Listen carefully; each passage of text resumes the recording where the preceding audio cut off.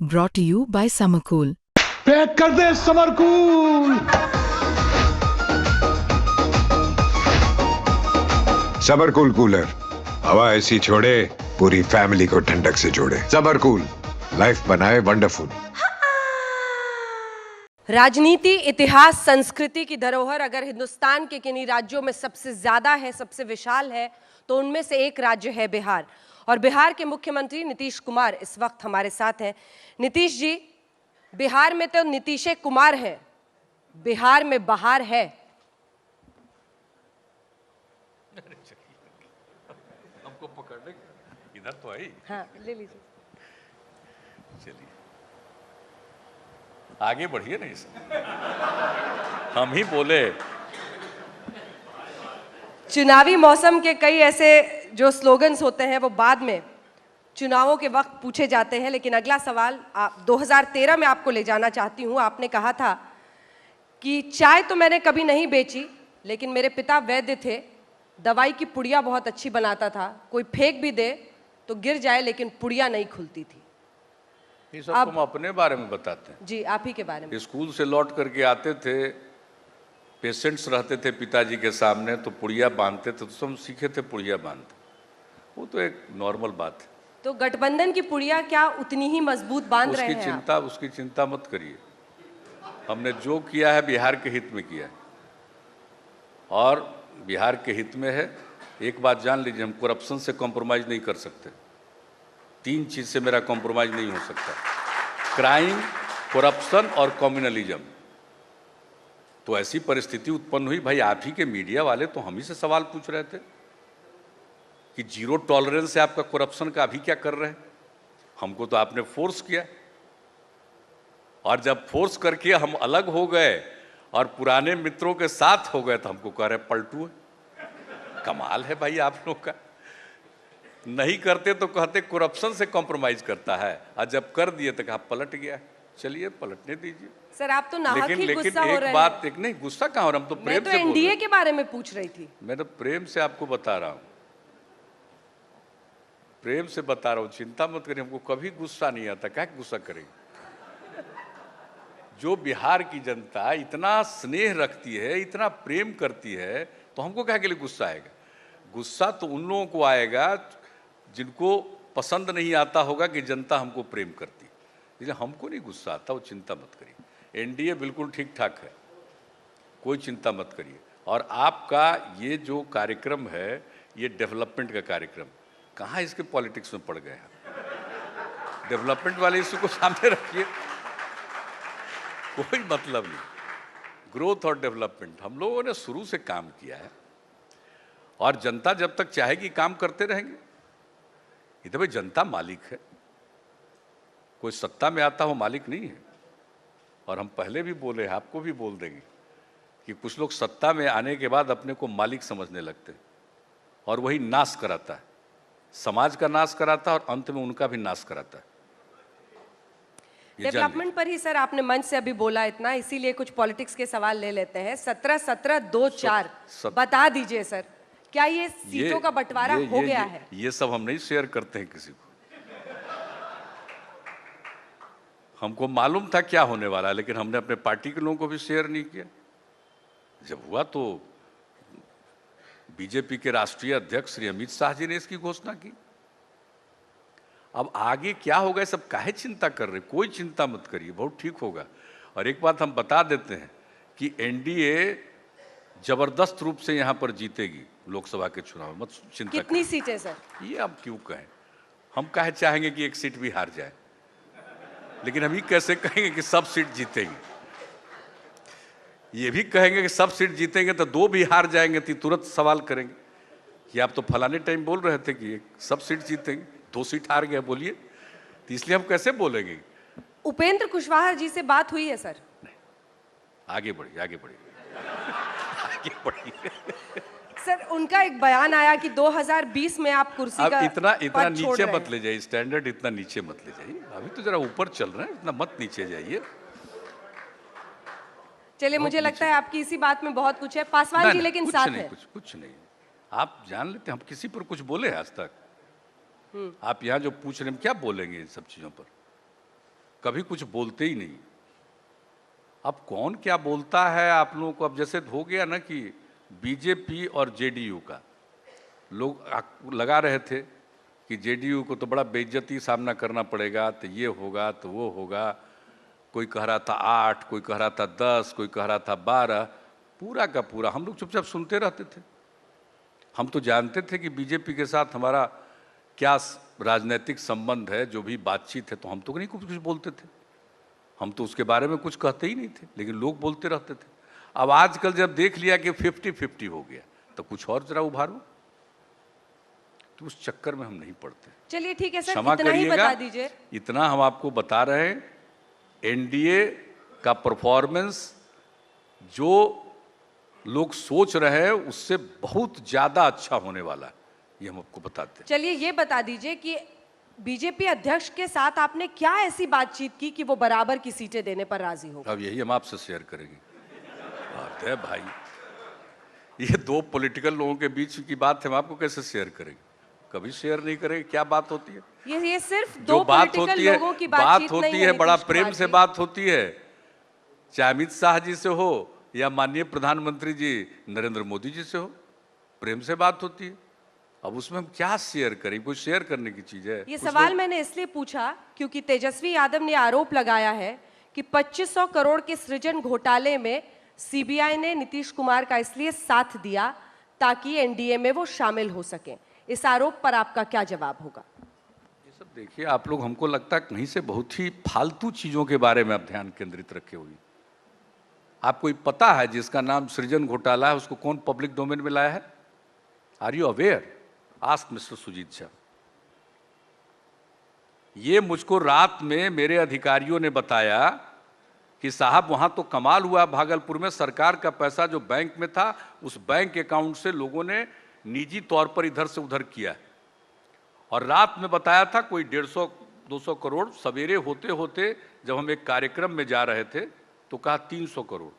हमने public domain में लाया और उसी समय जब ये जानकारी मिली तो हमने यहाँ से फाइनेंस डिपार्टमेंट के जो अधिकारी होते हैं, जो इन सब चीज़ों के अकाउंट्स के बारे में जानते हैं, उनको भेज दिया और यहाँ से और भी जो पुलिस के अधिकारी हैं उनको भेज दिया ताकि ठीक ढंग से उसको जांच में मदद करिए। ये पब्लिक डोमेन में हम लोग लाए, सीबीआई को हम लोग हैंड ओवर किए। और ये कोई बात है? किस तरह की बात है ये? कितना घटिया और घिनौना बात है कि सरकार का अकाउंट में जो पैसा है उसको सरकार के ही कुछ कर्मचारी और दूसरे लोगों से मिल करके उस अकाउंट के पैसे का इधर से उधर दुरुपयोग करते हैं। ये लाइमलाइट में कैसे आया? वो इसलिए आया कि जो इस काम को करती थी वो चली गई और पहला बार जो चेक बाउंस किया तो डीएम को मालूम हुआ कि भाई हमारे अकाउंट का पैसा ही चेक बाउंस कैसे किया है। और जब चेक बाउंस किया है तो मालूम हुआ, और जब डीएम को मालूम हुआ उसने इस पर काम करना शुरू किया और जब इतने रुपए की बात आई तो उसने जानकारी दी और तुरंत यहाँ से मदद मिली और तत्काल 3 से 4 दिनों के अंदर ही सारी बात आई। लेकिन चूंकि बैंक से रिलेटेड बात थी, हम लोगों ने समझा कि नहीं इसको सीबीआई को हैंड ओवर करना चाहिए, सीबीआई को दे दिया। ये कौन है जिसको एबीसी नहीं आता है किसी चीज में? किसी को मालूम है कुछ? कोई चीज जानता है किसी चीज के बारे में? इसके बारे में तो किसी को मालूम नहीं, न जाने कितने दिनों से काम हो रहा है। अभी तो जांच ही चल रही है, कब से ही धंधा कर रहा था लेकिन पता नहीं चलता था। क्योंकि जब मालूम था नीचे के कुछ लोगों को कि जब सरकार का उसका जाएगा चेक तो उस समय उसमें पैसा डाल दो। अब इस तरह का बैंक और सरकार के कुछ लोगों का मिलकर के कर्मचारियों का जो ये धंधा चलता है, इसको न सिर्फ पब्लिक डोमेन में लाया, इसकी जांच के लिए हम लोगों ने सीबीआई को जिम्मेवारी दी। ये काम चल रहा है। इन सब चीजों पर क्यों आप लोग चिंता करते हैं? इसमें देखिए गड़बड़ करने वाला है, एक नहीं बचने उचने वाला है। अगर कोई बचा है आज तक?